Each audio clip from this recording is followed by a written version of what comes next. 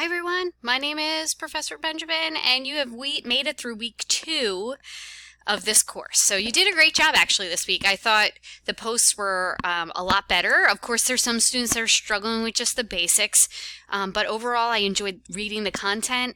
A lot of them were factually based and informative. I gave you some feedback if I thought you were missing some important points in your forum posts. So as usual, I'm going to start out with some housekeeping items and then I'm going to move on to reviewing last week and looking forward to what's due this week. So as I said before, some students are just not meeting the basic requirements. Remember, because this is a condensed course, we cover 2 sessions per week for the first couple weeks of the class. So this week you had to Tragedy of the Commons and Ethics, Economics, and Policy. Also remember that initial posts are always due by Tuesday, 11:59, and the response posts are always due by Thursday.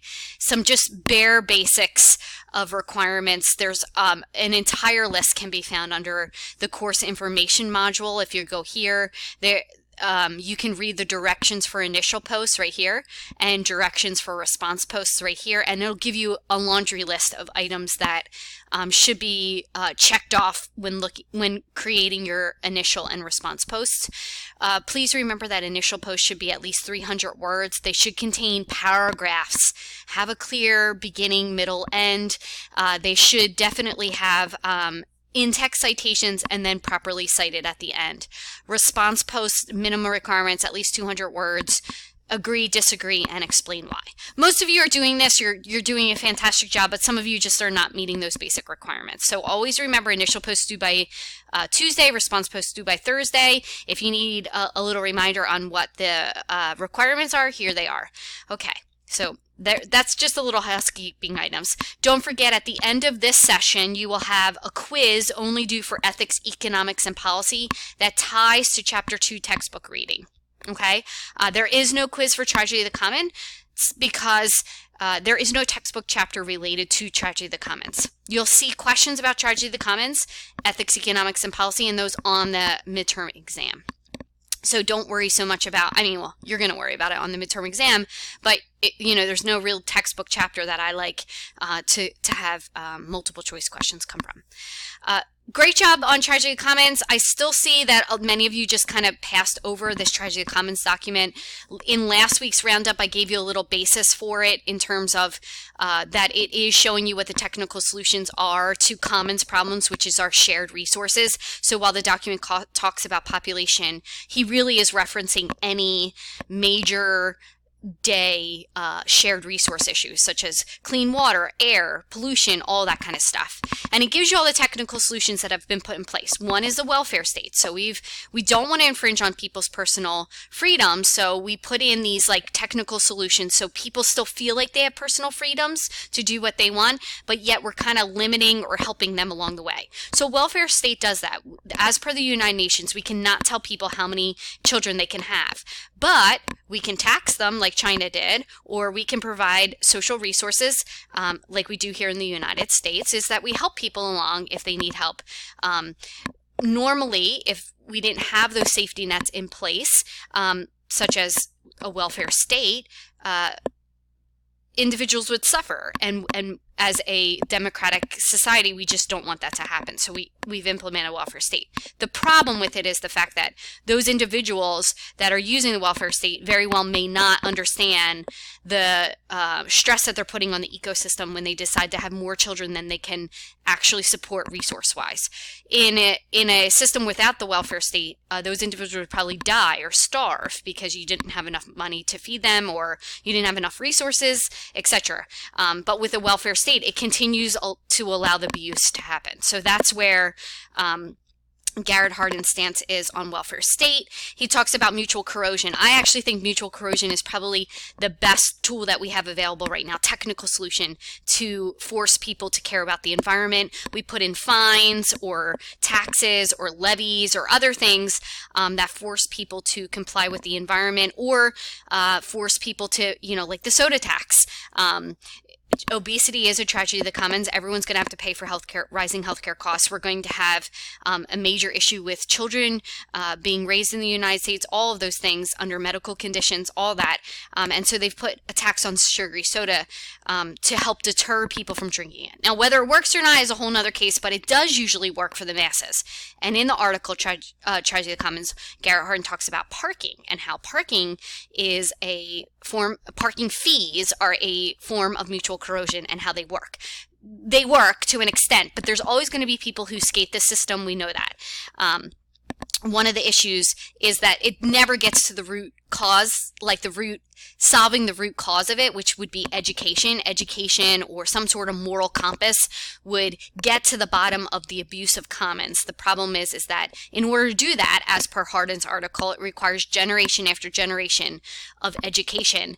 And I'm not sure if we're up to that challenge. I do see a lot of you wrote about that. You've seen that idea that more people are more well aware of climate change. I see that, but I also see there's a huge subset of the United States who still does not believe that climate change is occurring and what the costs are to society when climate change happens, like all of these storms or hurricanes or sea level rise. All of these things are going to cause major problems. So Tragedy of the Commons, a lot of you did a great job on Tragedy of the Commons. You talked about invasive species. I'm not really going to touch on that in here. Some of you just were really wishy-washy about your answers. You have to pick a side and go with it. I don't want to hear it's both. It's not both. It's one or the other. Go with your reasoning. Ethics, economics, and policy. A lot of you did a great job on this. A lot of you left out one of the major things. One of our major ways that our views on the environment have been formed is through monotheistic religions. And I think I talked about this a little bit in the last roundup. But the fact is that when we put God above nature, when we say God created nature, then that means man is above nature. And so that creates a huge problem in terms of us being equal with nature. So you'll hear people, if a storm comes, oh, thank God the storm didn't hit us. They think God had a role in why the storm didn't happen, when in reality, it was a scientific reason, meaning that, a high didn't form properly or pushed a low out of the way. All of those things happen. And so with that comes the fact that we're detached a little bit from it. And, well, this is God's, floods happened in the Bible and it's just going to happen. Yeah, okay, but what are we going to do about it, and what's the factual basis behind it? So what's the scientific reasoning? And when we do that, we become a little bit detached from nature. And so I want you to make sure you talk about that. So some of the reasons for how our views and how our detachment have been formed is through monotheistic religions, domestication of plants and animals, agriculture, technology. All of those things play a role, and all that information can be found in the textbook. A lot of you talked about environmental justice. You did a great job. Environmental justice occur because of lack of education, lack of income, lack of political power, all of those reasons. So they're kind of the things I want to touch on from ethics, economics, and policy. Pricing the Priceless article talks about cost-benefit analysis and how we put a price tag on nature. Yes, we can put a price tag on nature. It's just not accurate. So I want you to go back and reread the cost-benefit analysis article. Looking ahead, though, I want to just talk about consumption and waste next week and sustainability. So again, you're going to have 2 initial posts due by Tuesday, one for sustainability and one for consumption and waste. And then you're going to have 2 response posts due, one for consumption and waste and one for sustainability. And again, just like this week, you'll only have 1 quiz due by Sunday, October 20th, because that will deal with the chapter textbook reading on waste. So here are the concepts that we're going to learn about. We're going to talk about how consumption in the environment hurts us, meaning how we consume goods, and how we really do have a problem. This story of stuff is going to talk about that linear system. I really want you to pay attention to why it's in a line, meaning it has a beginning and an end, but it doesn't have where the output is put back into the input. So if you decide to answer the linear system question, I want to make sure you address what they mean by the line. I do not want you to re-summarize the video for us. We all can watch the video and summarize it. I want you to actually get to the root of what a linear system is and why. Okay, so get to that. Sustainability, we talk about fair trade, we talk about human trafficking, all that kind of stuff plays a role in that. So make sure you read up on it. So this week we're covering on Tuesday, you should have an initial post due for consumption.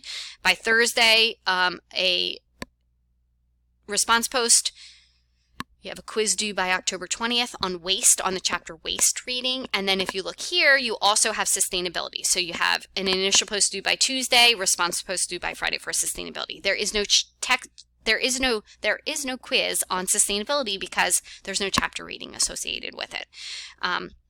I want you to take a look at this too. If you notice here, the review for the midterm is already up.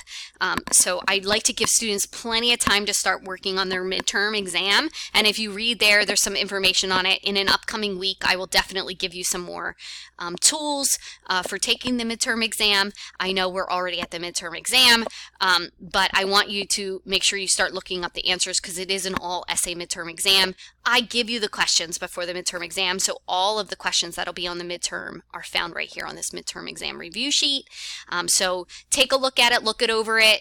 As I make roundups, make sure you're listening to those and taking notes because some of that relates to the questions on the midterm exam. So do that, and maybe if you want to start writing out your answers for the midterm exam, you could do that if you have some time available.